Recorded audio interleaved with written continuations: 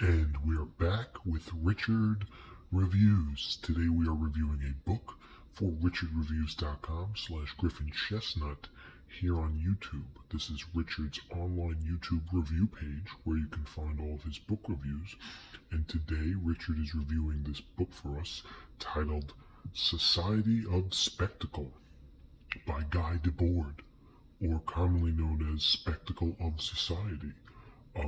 It's a catch-22 in the title, and it's a very odd replicant of the normal pieces that Richard here reviews for us here on YouTube.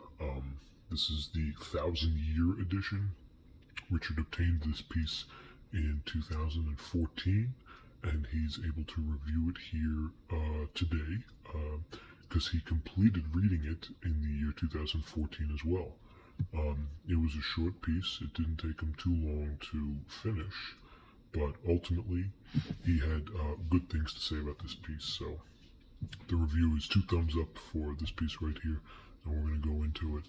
And how much Richard did appreciate this piece comes into the belief system and a lot of irrationality that was crafted between the meaning of life and, of course, the God, with the purpose of a simple heaven, as thrown into a spanner, which was giving us capability and free will, the good versus the bad, which determines our destination. Of course, it determines our destination in heaven, which is why this is a fantastical read. It keeps us away from the responsibility for our own purposes of virtue, and then it also questions religious spectacle simplistic beliefs. But for the piece itself, Richard claims it's very high. Richard rates this book very highly, even though it's a short piece. We're going to take a look at the piece here, even though it is a very simple piece, and it's not very long. We can tell by the upper dimensions the equivocal nature of it. As we look at the top, with the brim side by side, clip to clip, north to south, nipple to nipple, east to west. Okay, very well done. Very well done. As you can tell, it's a little thin on the bottom area, but it's got great girth. And this piece is a Richard exclusive, ultimately concluded each diametrical piece, which powered in to this comfortable, making it an easier read, making it a smoother transition from clip to clip, page to page, north to south, brimwall to brimwall, and cream to cream. Okay, now let's take a look at the cover art. This is, of course, from Guy Debord, and it's a simplistic vision of the universal police courts, which are very popular in the 1940s, which constituted, of course, the existence between transcontinental railroads. Look at the top cream here.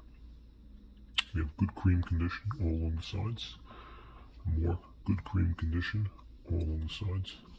And even on the bottom, good cream condition. You can tell right from here that it is a short piece. It's not very long, but it does hold its weight in gold, as Richard would say. So over here we have Society of the Spectacle, Debord, B&R, and on the back we have more of this translucent image that was produced from Boyd himself. And you can tell it is a soft cover. It's got proper wave and good shine all along the soft cover. You can hear the clip. Yep, you hear the clip? Yep. So even inside here, we have the phenomenon of Miguel versus Phenomenologion. And this is the black and red edition that came out of Detroit in the 1983 era, which was, of course, available from Michigan and California onward. This is basically just going into the essence of Christianity, separation, and of course a piece of this nature and saggitude was heavily influenced by Kant, Immanuel Kant, of course the philosophical engineer between that time area. Richard's not going to give away all of this. We're going to cut down the brim and slice out the trim, and wiggle along the bim bim bim.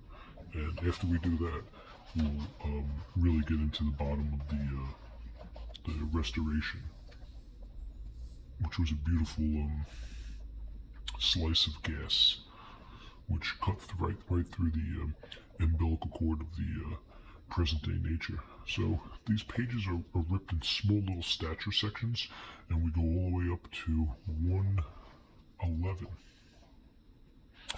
And the pages are not numbered, but they go up to 111 and 221. So that's how you can basically constitute a book of this nature. So Richard has nothing but good things to say about this, and he feels that the science is complicated, and the medicine is therefore brought about a new kind of twist, how the humanism is a revolutionary type of standard oil crest.